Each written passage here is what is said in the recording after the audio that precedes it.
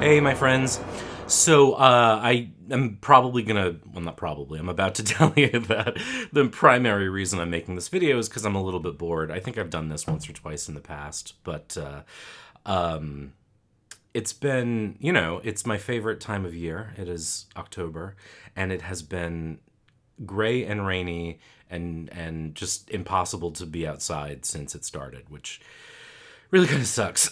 So I'm here. I'm sort of bored tonight, and I just thought let's revisit some spooky divination tools for what that's worth. I've done this before, so this is really more about me being a little bit bored, but hopefully it's entertaining for you as well. And so these are just some of my favorite sort of October Halloween, or not even, but just sort of like spooky feeling divination moments in my collezione. And I just have a bunch of stuff. Many of them I have shared before. I can't think of any that I have not. But, compilation 2019 Halloween tarot decks.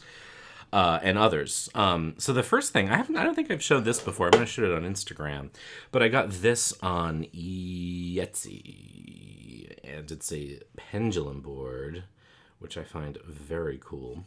And I found this on Etsy too. And this is a very cool pendulum.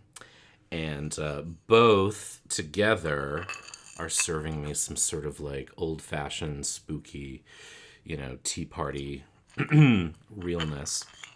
So I find these like together really nice.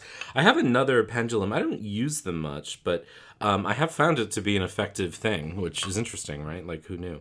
Well, a lot of people knew, but I didn't know. But anyway, I have another one. It's a little bit lighter, and I find that it swings a little better than this one, because this one's really heavy. But for looks, you can't beat it. And I mean, looks matter more than anything else, right? In divination and in beauty and in life. Just kidding. Another thing that I pulled out, and I had done a video about this, is Carrie Paris's Milagro Oracle. This is, again, not particularly autumnal or October or Halloween themed. Many of these things are not. They're just things that make me feel, my Halloween swerve. It's a charm deck, and it's a charm casting kit. And so we have all these little charms, and there's something just kind of like interesting about this very tactile and like old-fashioned feeling divination. And then the cloth, which I don't know will be able to fit all on screen.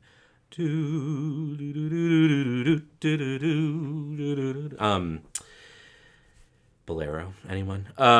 It just has this very like haunted feel. This is probably like not super Little Edie. Anyone? Anyway, like I told you, I'm bored. I'm just doing this because I'm bored. Anyway, though I'm like wearing it like Little Edie, Mother darling, I always said don't divine with charms. I'm gonna lose subscribers. Grey Gardens, great documentary.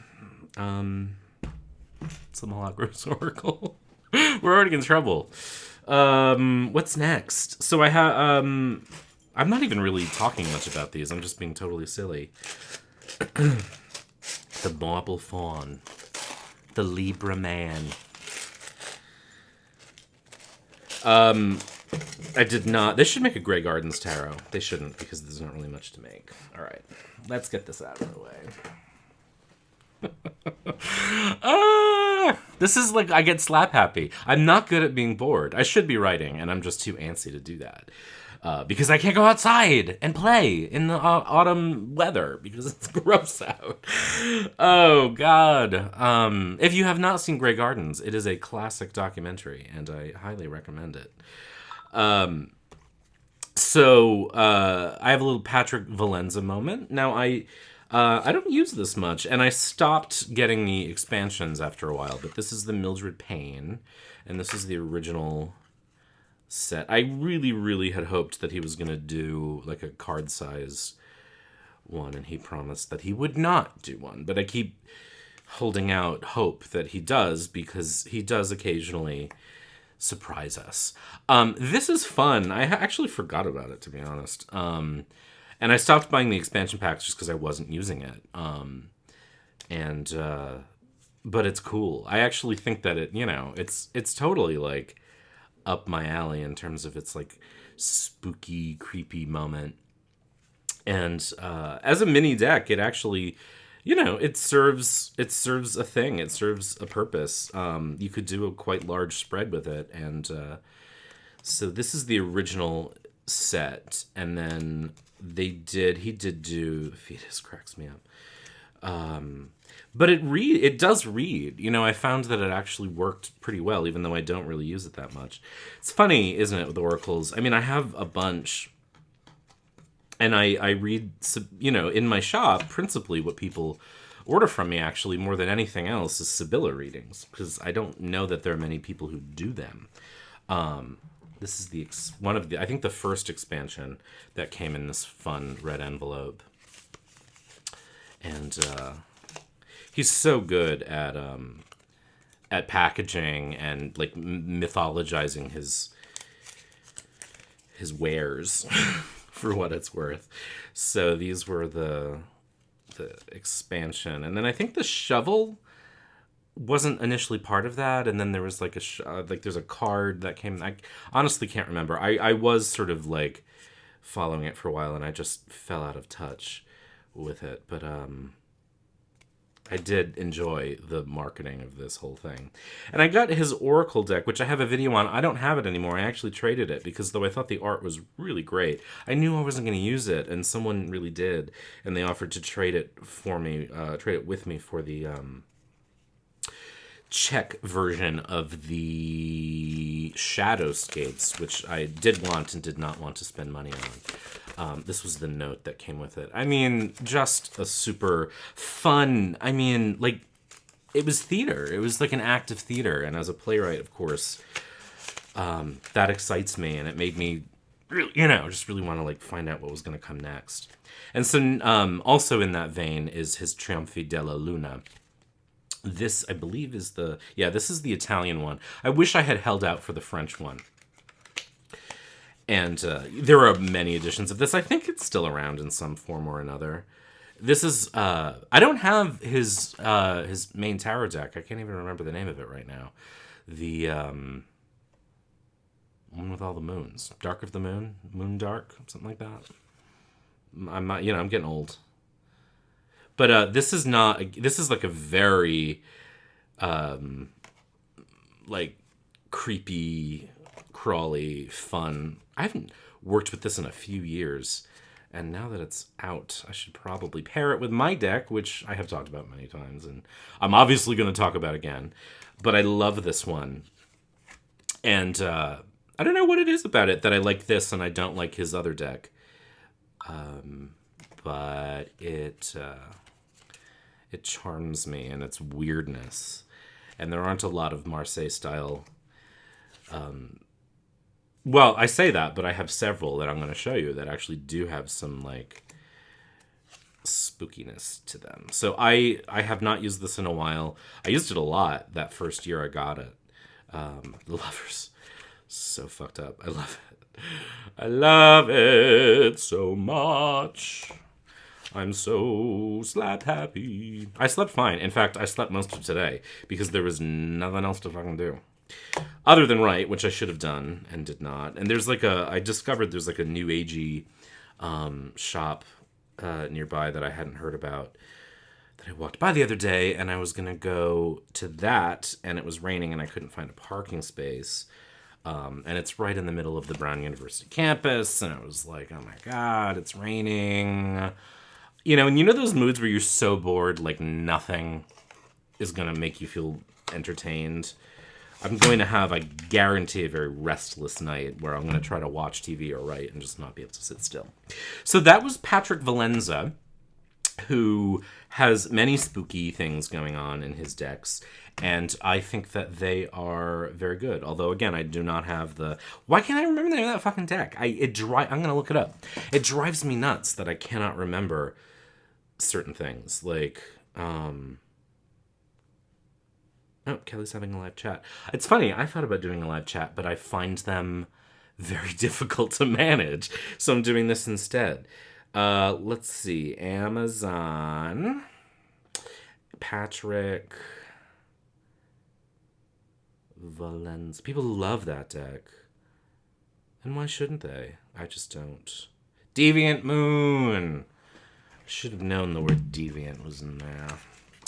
All right. That's Patrick Valenza. Let's get you out of the way. This is another deck I can never remember the name of. I'm going to have to look it up again. Oh my God, what is going on with me? I'm just a mess remembering things lately.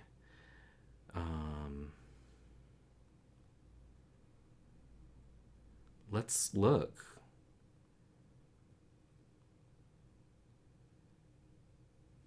So embarrassing. And I can't even remember. Like, you're going to see it and you're going to know immediately what I'm talking about. And I forgot the name of the freaking thing in my mess video back there when I did the divesting decks. What the hell is the name of it?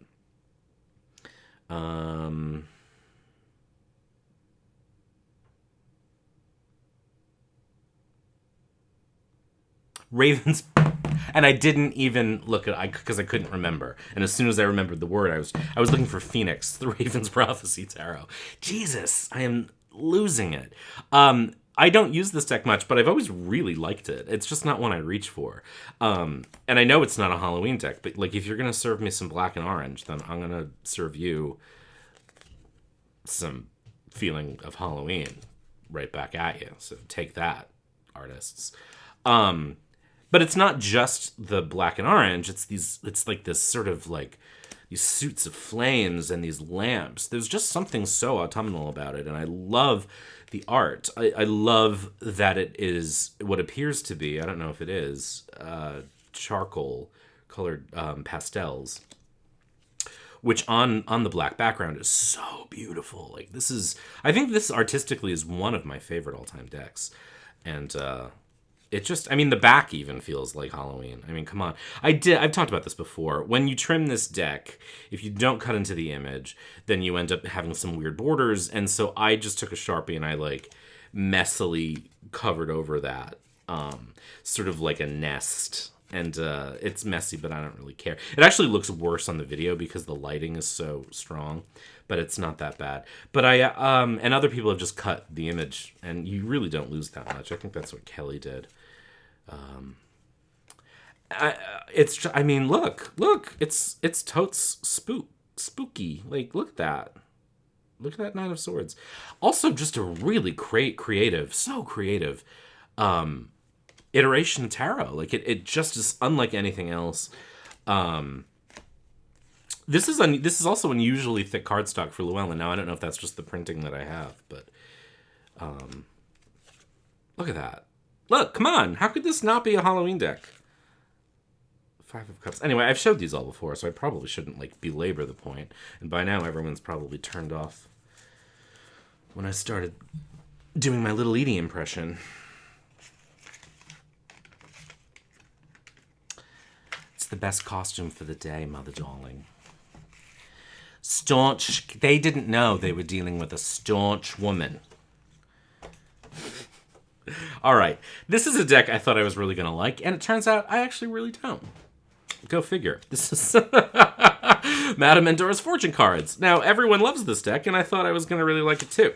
But it's one of those times where I thought that, I went back and forth for a long time and didn't get it, and then didn't get it, and then didn't get it, and then got it. And I was like, oh. Now, that happens sometimes, and it's great. You can't really see the... I think what I dislike so much about this are the phrases, which I knew were there, but I thought I could look past them, and I just sort of don't like them. I don't know. Like, I want to like it. And I'm sure most people who read with this don't really give a damn about the words, but I just am so verbal. It's hard for me not to. But it felt like something I was going to really like, and I thought, oh, this will be fun. And I just don't like it. So, I don't know. I don't know what to say. But it does have that Halloween vibe. And in fact, the reason I even heard of it was because I think Kelly, a few years ago, did... This is a great card, the Raven. Nevermore. She did a video around October several years ago, and that was the first time I saw this. And I said, oh, that's cool. It's funny that there's a golem in the... I think that's an interesting thing. Although this depiction, if you know anything about the mythology of golems, particularly in Hebrew stories, this doesn't look like a whole lot like a golem, which is really made of dirt and earth. There's a great detective novel, I think I gave it away, called The Golem of Los Angeles or something like that. Oh God. And there's a sequel to it, The Golem of France or Paris. Both really good and weirdly about Gollum as a character, and it was great. So anyway, yeah, that's Madame Mendora's fortune cards, which I thought I would find fun and like kicky and spooky, and I just don't like them much. And I got them actually very recently. And the reason why is because of another deck I really love. And it felt like it would have a similar feel. And it just doesn't for me. And this is the Witchwood Oracle, which I think is super duper rad. So... the Witchwood Oracle is available on Etsy. This I know is still around because I looked the other day. I was trying to seduce a friend into getting it because I think she would really like it. So it doesn't have a little white book, but it comes with these cards that describe the deck and how to use it. And then this sort of cool, it looks like satiny, but it's not. It's sort of a velour with like a pressed sort of vinyl moment. But the cards with this dope back... Come on, hello. And they're black and white, and they're very simple. Like the flame, chaos, coins, the black cat. And so you can reference the cards' meanings, or you can just make up your own. And this has a very Sybilla feeling to me. You have the Lord and the Lady, the eye, the rat, the owl. And I think the way that you read with decks like this is... and this is what I learned in Camellia Elias's Lenormand class, is that you sort of think of the function of the thing. And so what's the function of a river? Not what does a river mean or what does it sort of represent, but what does a river do? You know, and so that to me is like the starting point. Or you do come up with symbolic. This one for some reason is not. It's the cup. You know, and so you that's how I read Sybilla really is. I look at the card and I think of what, you know, I'm trying to think of one of the cards off the top of my head, the priest, you know. So what the priest might represent, what does a priest do? They counsel, they preach, they heal, you know, they counsel or would have in the time. And so I think about that function, or I think about that act and what they do.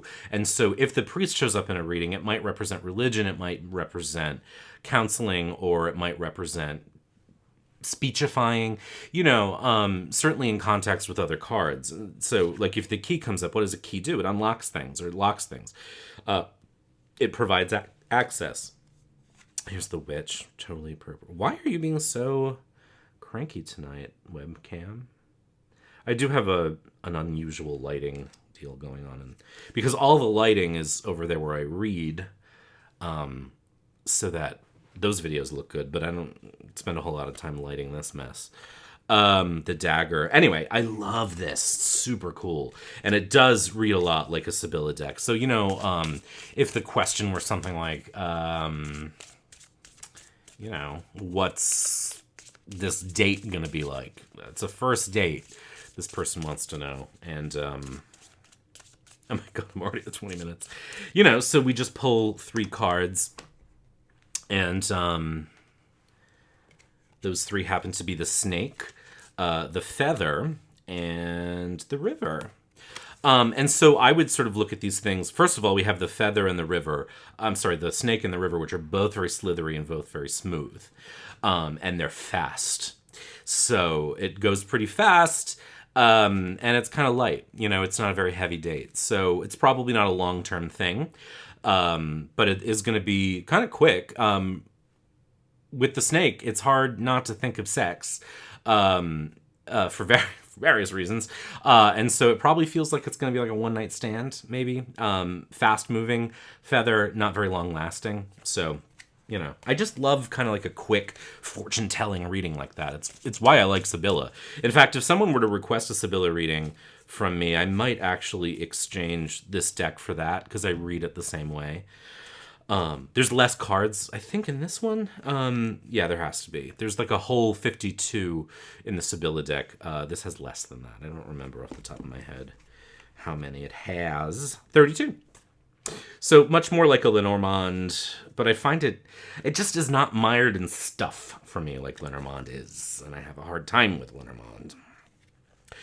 Camellia Elias's class did help. I just don't reach for it because it's so much harder for me to get clarity with Lenormand than it is with Sybilla. I'm pointing over there because that's where that deck is. But I do have a Halloween Lenormand, or a Spooktacular Lenormand, which I believe is by, Wandering Oracle. It's the same folks who did my beloved Marshmallow Marseille. And this, it's sort of Halloween themed. It's not like super, come on, lighting.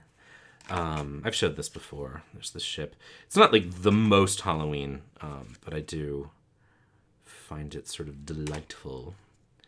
I love this dog card. It's like a wolf with a Halloween bucket. I love what they make over there at Wandering Oracle.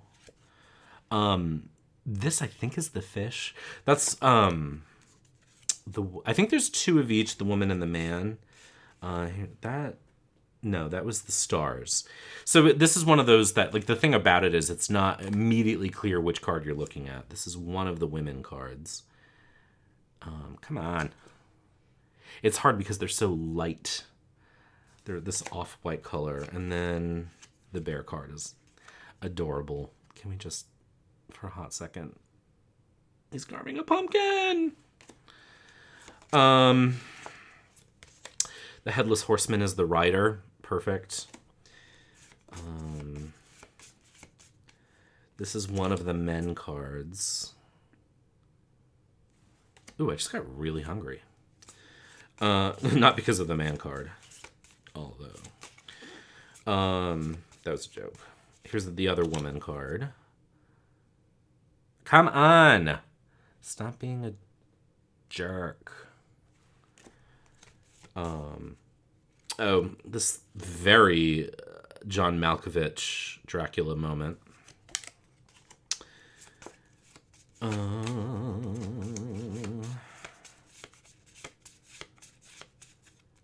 What did I have for lunch that I'm so hungry all of a sudden? I can't find it. Anyway, there's a different man card too. What did I have for lunch? Oh, I had a beet and pineapple burger, which sounded like it would be good and was adequate. Veggie burger. Oh, here he is. He's a pirate. Veggie burgers are tough because they are often very pasty and chalky. And this was that. All right. That is not what we're talking about, though. What is next? What have I done? Oh, so let's just sort of keep on the theme of non-tarot for a hot minute. This is a deck that has a very spooky feel to it, a very ghostly. I find this deck very melancholy. This is Carte Divinatoire de la Grielle by Alcide Nathaniel. Not even going to pretend that I'm capable of doing the French.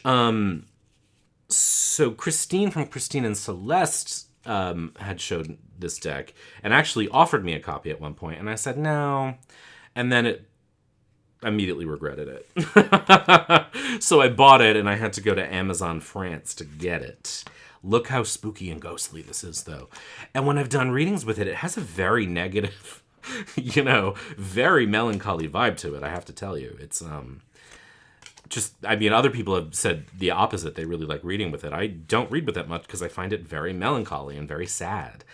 And you can sort of, it's just my reaction to it, I guess. But it has a very, like, otherworldly and a beautiful, beautiful art. And it definitely feels like the season. But it just reads very negative and sad for me. I don't know why. I mean, I don't know. I look at these cards and there's just melancholy in them. I don't know why that's, why I'm defending, or I'm qualifying it. It just feels very, very evocative of melancholy. And there's a lot of that in the readings that I do, so I haven't used it much because it just never has anything nice to say to me. It's definitely pessimistic in my experience. It's always like everything's the worst and you're going to die. So I don't use it because I already know that. What have we done already? I think we're done. Well, the last one is the last non-tarot is the Halloween Oracle. I go back and forth on this one. I sort of love it in theory. And I don't have many Oracle decks, and this is one that I do have, and it's one that I pull out every October and I use. I made Barnbarak a few years ago, and it's really good, so I'll try to make it again this year. I don't know. Oracle decks for me often are just like, I'm sorry, they are. Like this says ghost, regret. Okay, great. Next. I mean, I don't mean to be bitchy about it because I actually really like it. But like this is one, and I feel this way about it, one that I really like. So you can imagine how I feel about ones that I just don't. It's like, I don't know. I said in my video on the Spirit Doodle cards that I just sort of wait for decks to do something that tarot doesn't do for me, and most of them don't. That one does. This one, I like this as a prompt for a reading. You know what I mean? So I'll pull it out. Whoa. And say, prompt me for a spread of tarot cards. And so it'll say hidden talents. So I'll do a reading about that. And that to me is what Oracle cards really seem to be good at. Other than that, I don't find them very useful. But this one is Halloween themed. I edged it in black and orange. So as you shuffle, the like mix changes. I do like it a lot. I know I'm being kind of bitchy about it. I don't mean to be. It just, it's an Oracle deck. And I'm like, meh. But I'd like, I like it as a prompt.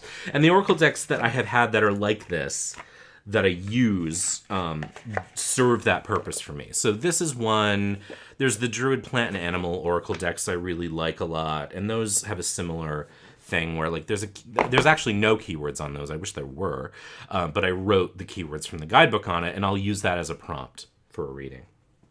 All right, so that's my... I didn't mean to piss all over this deck. I really do like it, so I apologize, But it's a feeling I have about Oracle decks in general that I'm projecting onto this.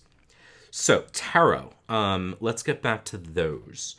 Again, not specifically a Halloween deck or even remotely a Halloween deck, but very appropriate for the kinds of readings that feel good at this time of year. And this is the Santa Muerta deck, which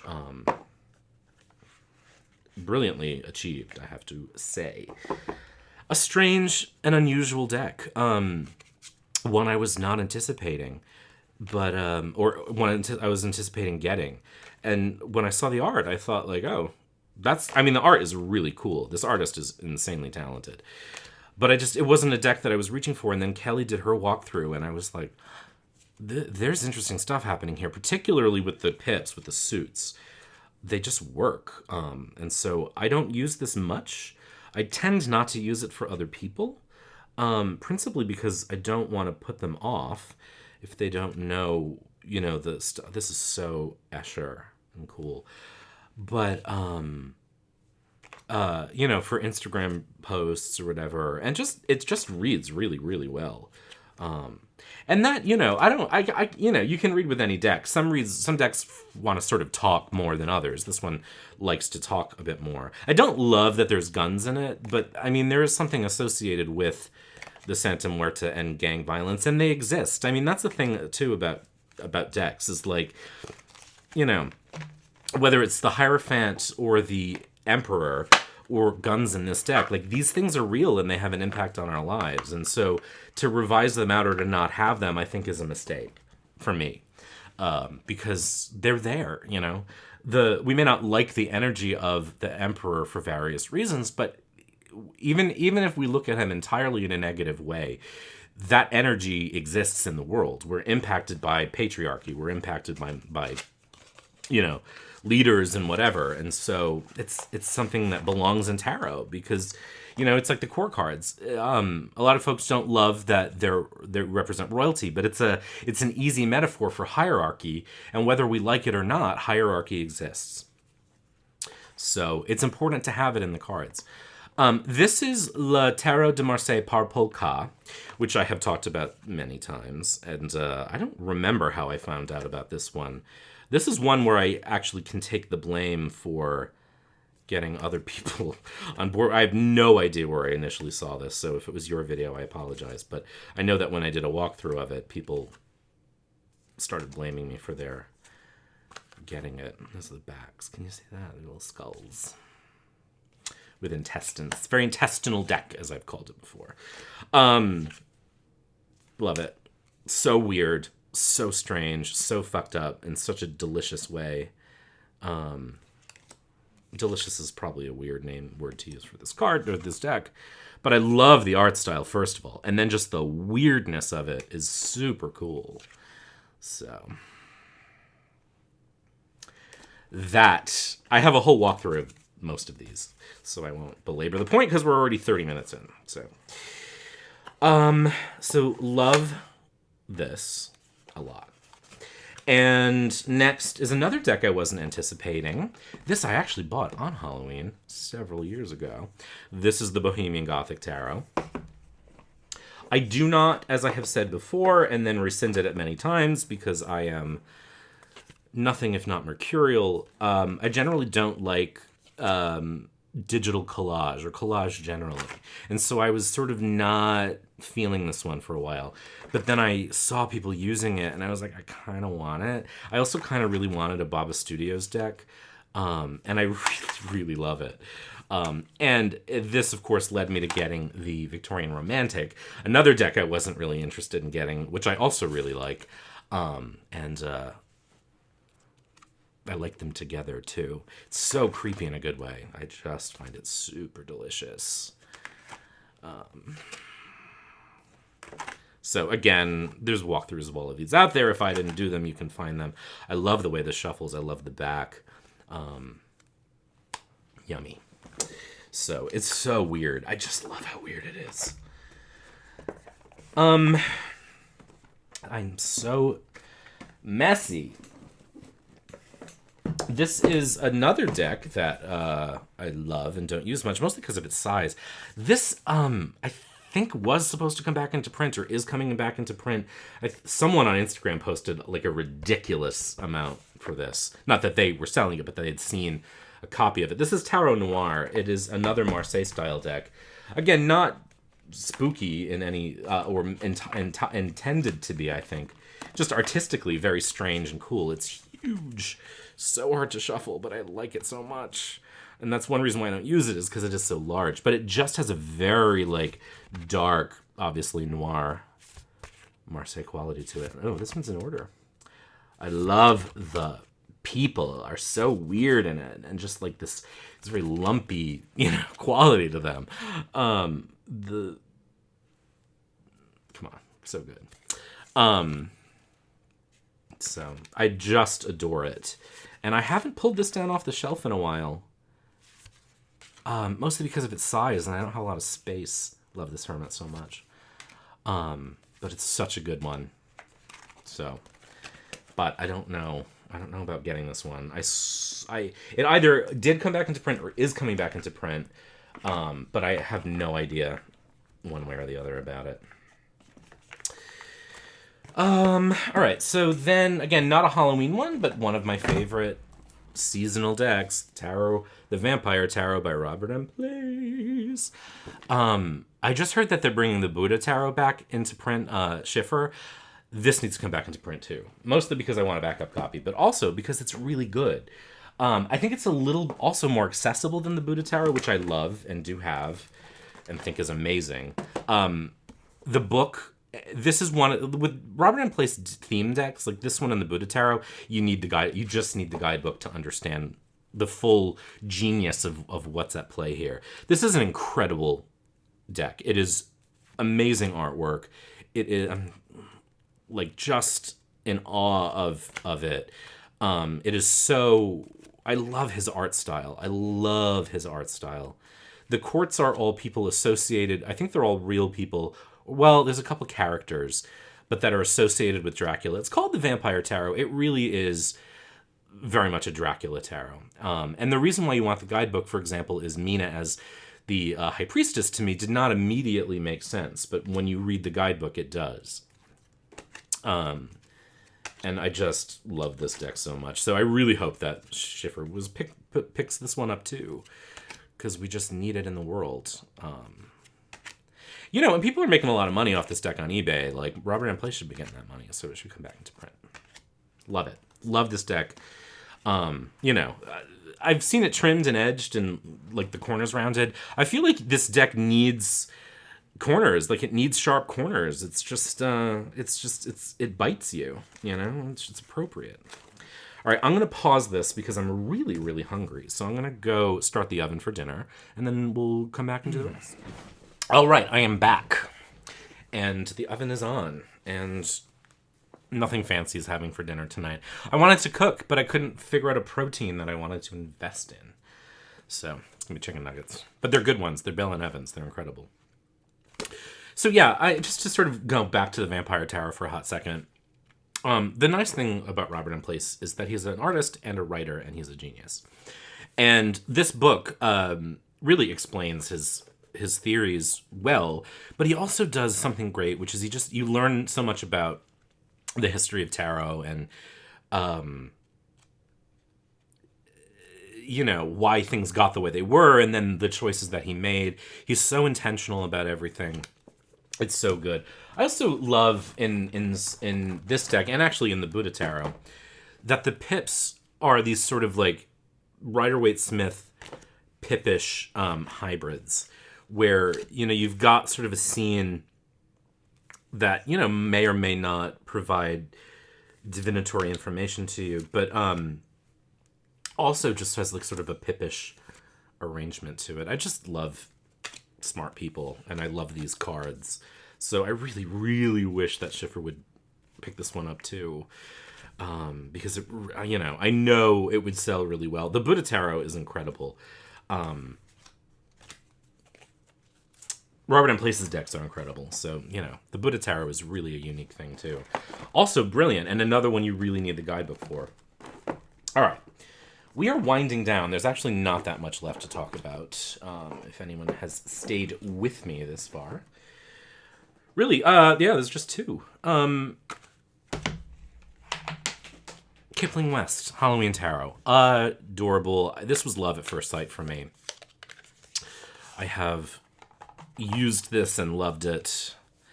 It is absolutely charming and sweet and fun, and it reads, and I love it so much. I did paint the edges with a Sharpie, which was one of the most tedious deck modifications I've ever done. It was a giant pain in the ass, but it looks so good. I have a copy of this too that I cut the edges off of. It was one of the first ones I ever did, and it looks fine. I didn't do a super good job, but I love the black border. I love black borders on decks. I love them. I just actually got the Marielle, which I kind of feel like I should do a video about, although I haven't really had a whole lot of time to use it yet, because I've been using the next deck I'm going to show you almost exclusively. I thought I was getting the second edition, but they sent me the first, which is fine. Don't love the glossy, whatever. Anyway, black borders, gorgeous. So yeah, this deck with black borders, I really would love it if US Games put out a version that looked like this, because it just tickles me. I love this deck so much. It is like my childhood and tarot combined into this like ugh, it just is a deck that makes me smile so much. Love it. Love the Halloween Tarot. I have shown it many times. And then last but not least, certainly not least, not in the least, is mine. I am so... It sounds so stupid to say, but like this is a project where I wanted something and it didn't exist. And just the conditions of the world made it so that if I wanted it to happen, I had to do it myself. It was part insanity. It was part ridiculousness. It was part me just trying to like better my vector skills because I use vector art at work from time to time. And I'm not a visual person. I'm a writer. So but like I said, I did a couple doodles and you can see some early versions of it on Instagram. And I just said, fuck it, I'm going to do it. You know, this is good enough. And it is good enough. I'm actually really proud of it. There are some cards that I would love to go back and redo and may, but I wanted to, I mean, I have so many videos about this now. I wanted to have it by Halloween. It was a marathon of getting these done. And I'm just so happy with it. It's also been an exercise in dealing with perfectionism because I couldn't make it perfect if I wanted to get it done in time, which meant I had to settle, you know, like the idea, for example, for the King of Cups, which is the incarnation of Cauldrons. I love the idea of this card. I do not think I executed it well. And this card has been coming up a lot for me. It's just fine, you know what I mean? But I think that I could have done a better job just executing. When I look at some of the other, when I look at this one, for example, which I think I did a pretty good job on, it is better executed than that one. And then like, so it was an exercise in dealing with perfectionism, and then so I decided to really lean into that and say, okay, as I pointed out in other videos on my deck, Marseille decks were mass made. They were consumer. It was like, let's get this into consumers' hands so they can go gamble, essentially. And if you made a mistake on one of those cards, it was either recarve it or just go to print with it. And I think there are a lot of things that are mistakes in those cards. I don't know how much was done intentionally, but like I said, let's playfully lean into that as an act of celebrating imperfection in Marseille style decks. And so what I chose to do was leave in mistakes like this, where I spelled judgment wrong. And there's a part, this is like one of my favorite cards, and it's such a interesting pull for me because it drives me nuts that there's a typo on it. But I decided, you know, it's so easy to correct. I could just go back into the thing and change it. But I said, no, let's really lean into that. And I did. And it is very much an act of, oh, come on, lighting. These light decks are so hard to show. The other thing is like the suit, I've talked about this too, the Suit of Ghosts. Like my ambition for the suit outpaced my ability in some cases. I mean, that's false. I just said, let's go, let's get it. And by the time I was done doing the pips, I really wanted to try to get it out into the world. And there are just some cards I'm so proud of, and other ones I think are such messes. I like this one. But it's just the deck I wanted. And it just makes me so happy. I love using it. And it's just so much fun to have. It's like, this is the coolest. So it's funny. I haven't been using any of these decks. Well, so, I was missing out on like using them. So I've been pairing mine with like the Halloween Tarot, the Halloween Oracle. I use the Witchwood cards, you know, but, I'm just so excited to have this. And it's so weird to say that about something you made, but it just makes me happy. You can't see this, like, sort of this, and there's little things I did that you can't really tell, and it doesn't matter, but like, she's all orange. Like every color on her is orange, including her skin. This is another one where the papist is spelled wrong, but I just said, fuck it. You know what I mean? I just will sometimes sit and like look at it and be like, yay, it's a Halloween Marseille deck. This is one of my favorites. Colin, Prism Company, pointed this out. So Colin, I should say, and I regret that I never mentioned this in earlier videos, and hopefully people watch this far into this one. Colin was sort of my Sherpa as I was working on this. I already showed you that one. Because I would say, I don't know how to do this, or this doesn't look right. And he'd say, try this, look about that. And he did, like he mentioned in his walkthrough of this. I was like, I want to do ghosts to swords, but I can't figure it out. And he like sent me a quick little sketch, and he really sort of like, because he's the real deal, you know what I mean? He's a real artist. I could keep looking at this forever because it just makes me so happy. I love my world card. Trick or treat. It's like so cool to have it, and I love that I had this like push to bring it. That's how I do things too. It's like Tarot on Earth was sort of that way. I spent 2 or 3 years. I probably spent like a year flirting with the idea of reading Pip decks. And then once I got the... God. Which deck was it? It was the Wild Unknown, which is Pip-ish. Then I sort of really leaned into it. And then I spent 2 or 3 years like figuring out what my system was and how to make it work and how to read the way. And then all of the things I had done, I sort of gathered into Tarot on Earth and then like wrote the first draft really quickly and then let it sit for a while and and then wrote the second draft and then had it edited. And like, I just have to work fast because I lose interest in projects really quickly. So I need to sort of like push through. Yeah, makes me happy. You can get this if you want. I have said this many times. You can go to my website, which will be below. On GameCrafter, you can search for it. There's also on Make Playing Cards, you can buy it there. I know people prefer Make Playing Cards stock, cardstock, but I can tell you actually that this cardstock I really like is UV coated and it has a slight linen. I have not gotten the Make Playing Cards version. I honestly only put it up on Make Playing Cards for folks outside of the United States, particularly in the UK and Europe, because I think Make Playing Cards ships from Germany. So it's a little bit faster and a little less expensive to do it that way. So, but if you're in North America, I would encourage you to get it from Make Playing Cards, from GameCrafter, because I was able to proof the whole thing. The Make Playing Cards version, I got test prints of some of the cards and they're good. But I don't have the whole thing. And I actually don't even know if it's coming in this box. I tried to make that happen. It was really kind of a mess of a process. It was, it's impressive that we can do what we can do, but I wish that process had been a little bit easier.